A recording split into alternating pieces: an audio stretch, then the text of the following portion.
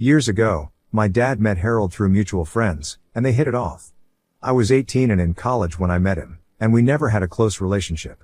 However, he always seemed to think of himself as a family friend, and was extremely infantilizing and condescending towards me. Every time I saw him, I'd try to tell myself it wasn't that bad, only for him to prove me wrong less than a minute later.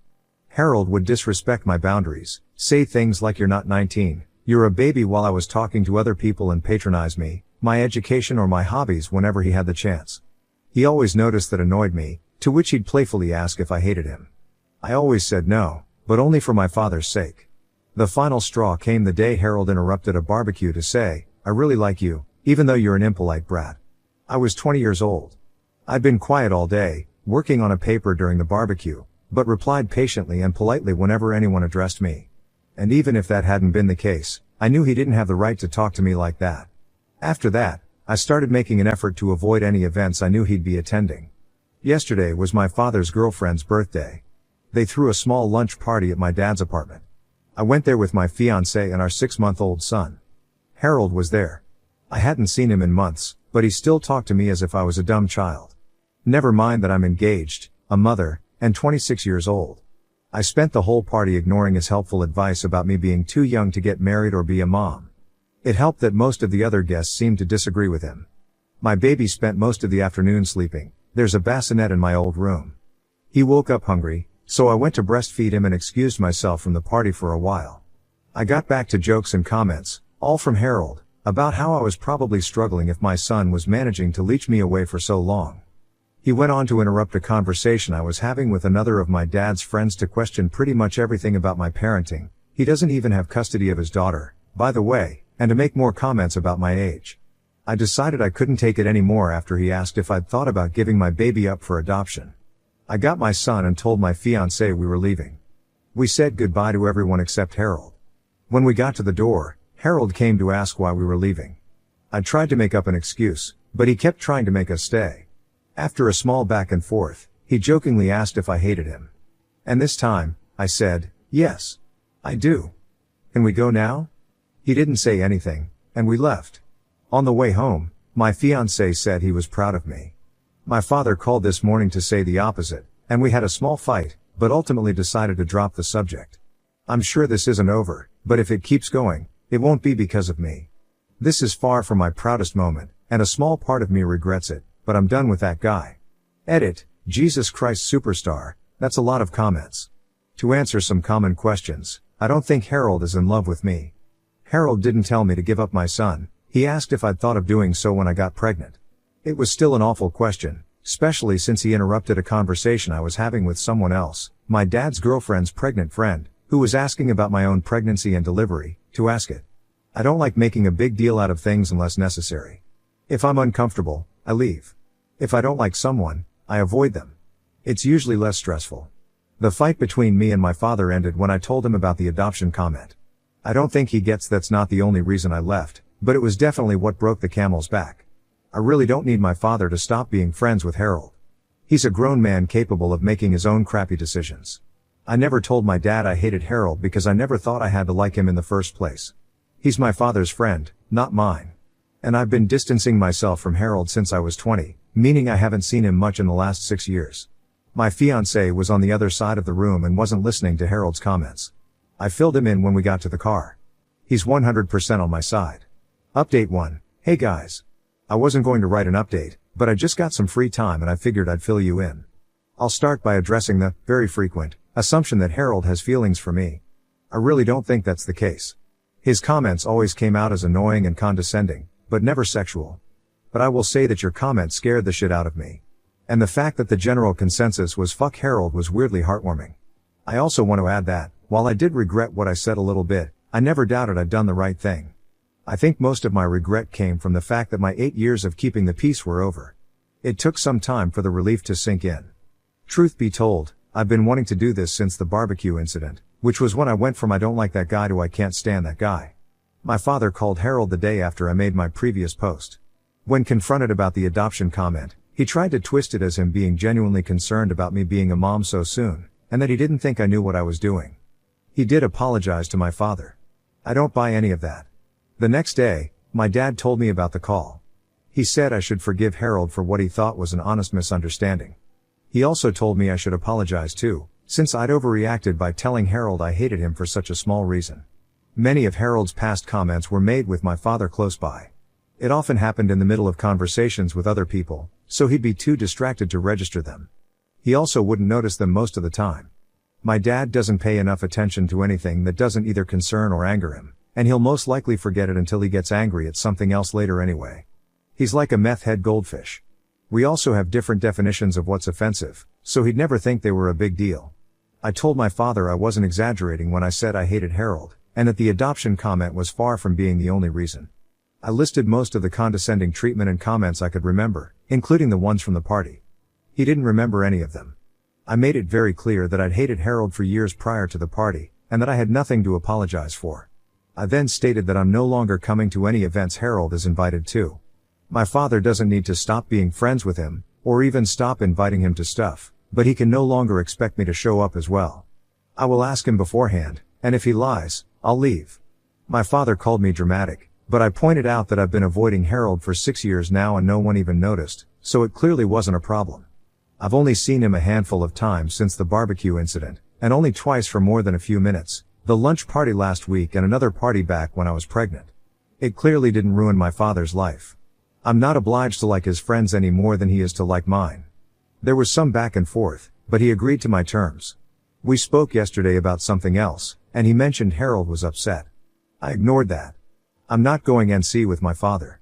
Yes, I'm very well aware he's an asshole, and I came really close to cutting ties with him in the last few years, but I ultimately decided it wouldn't really fix anything. Maintaining my relationship with him has gotten a lot easier since I moved out, as we only see each other a couple times a month. He gets frustrated that I don't call or text much, but doesn't complain about it anymore. I don't see the point in going NC with someone who no longer has any say in how I live my life. I'd rather just take note of what my father did wrong when I was growing up and then make sure to raise my own kid differently. He's on thin ice, though, and has been for some time. He's not allowed to babysit, mostly because I don't trust him to spend more than an hour alone with a baby without falling asleep on the couch.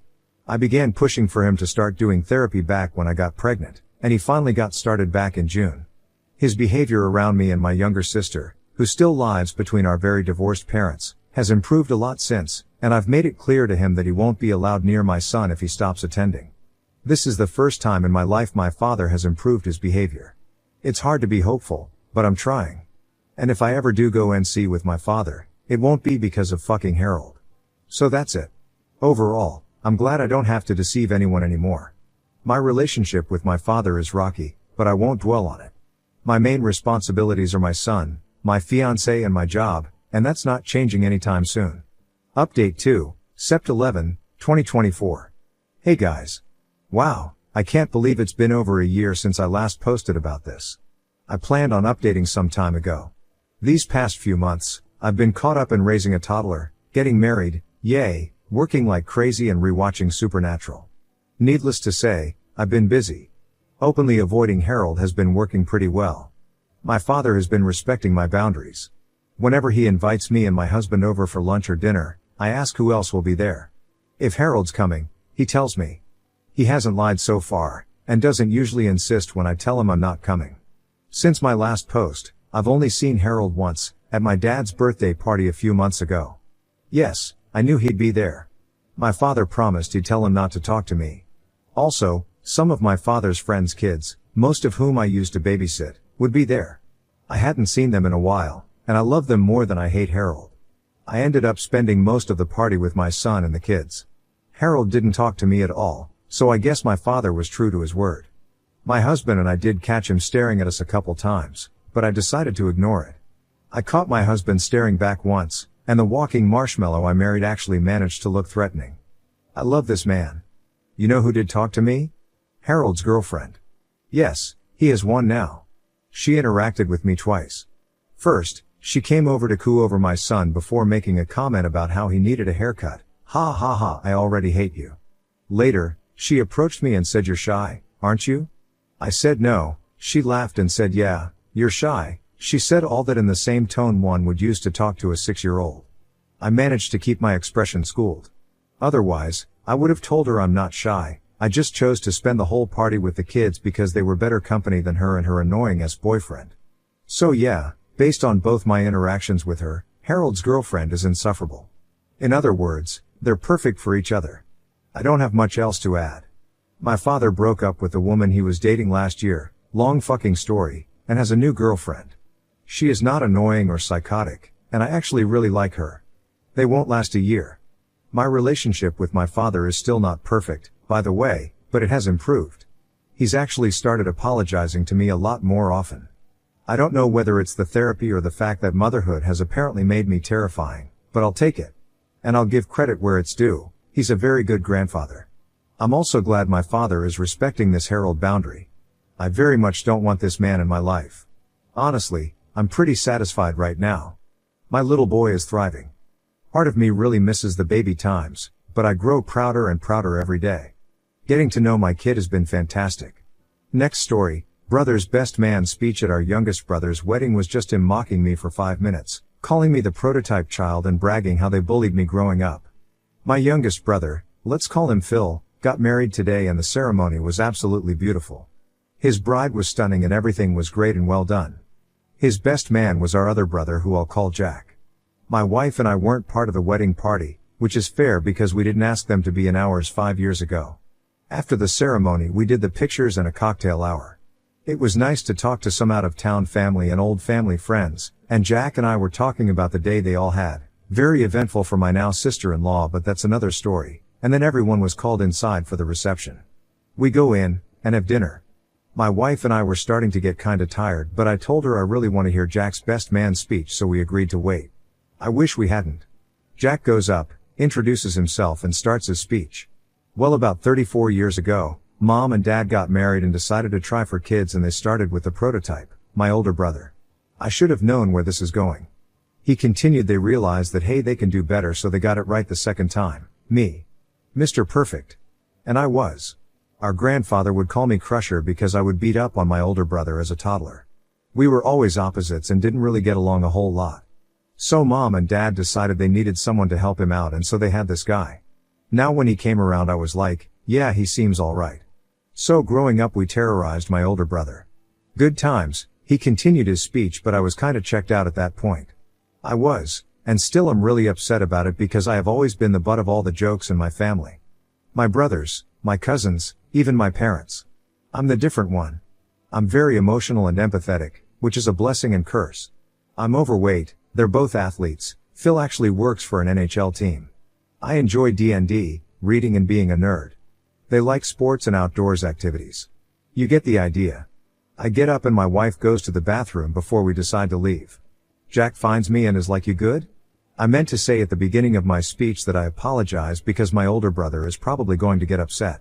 I just look at him and say you're good. But I would have appreciated a heads up that that's what you were gonna do. He looks at me and just goes. If I did that, I wouldn't have gotten the genuine reaction. I just walked away, met my wife, and we left. I asked her, am I crazy? Was his best man speech really just a ton of shots at me? She said it seems like he was trying to be funny but not everything landed. And yes, you were the butt of his jokes. I drove home pretty much in silence. I'm tired of always being the butt of all the family jokes. We're supposed to have lunch with extended family tomorrow, and the only reason I'm going is because I only see these family members maybe once a year. I don't want to see Jack, or really anyone else from my immediate family. Do I have a right to be upset, or am I being overly sensitive? Update 1, November 25, 2024. Before I talk about the lunch, I'll share what happened to the bridal party as it becomes relevant why Phil didn't come. The bridal party was creamed by a pickup right outside the venue. The truck was going 55 and the girls were stopped. Both vehicles were totaled, but they were adamant to go on with the ceremony and get checked out later. So Phil took his wife to the hospital today. No major injuries, thankfully. So the lunch. My wife sat down with the family and we were all chatting. At one point, my uncle goes, Phil's speech was very sweet. I couldn't have given that without crying. My mom says yay, he had something prepared because he practiced it with me and he changed it after the wreck. Jack piped up, hey, I had a good speech too. My dad just says it was a good speech. It was all about op. I just got angry and said I thought it was weird that it was so focused on someone who wasn't even involved in the wedding. He and my dad got quiet, and then just continued their conversations with the people next to them. I avoided eye contact with Jack and we left about 15 minutes later. My wife and I went home and just proceeded to relax since we're finally getting a break from our students. We teach upper elementary. Jack tried to call me. Once. I let it ring. He didn't leave a VM. Then about an hour later, my grandma called asking how lunch was and she could tell I was upset in my voice. When she asked what's wrong, I told her about being upset with Jack. She said, I don't think your brother meant it, and I just go, then why bring it up? This is all the time. And then everyone wonders why my wife and I don't come around as often or leave early at events. I'm tired of it. She was calm and said, well, your brother can't give a speech and he thinks he's funny but he can't make jokes without insulting someone. Have you told him and your parents how you feel? I said yes, and that it hasn't changed for years. She just says y'all are gonna have to work this out. I told her that I don't want to talk to him right now and she goes, I know, I understand. You and I are just the afterthoughts, kid. Grandma and I are two peas in a pod and very similar, so that's where we're at. Thank you for the comments and the DMs. Update 2, November 26, 2024. Jack tried to gaslight me. I let things sit for a few days and decided that I was in a good headspace to send Jack a text.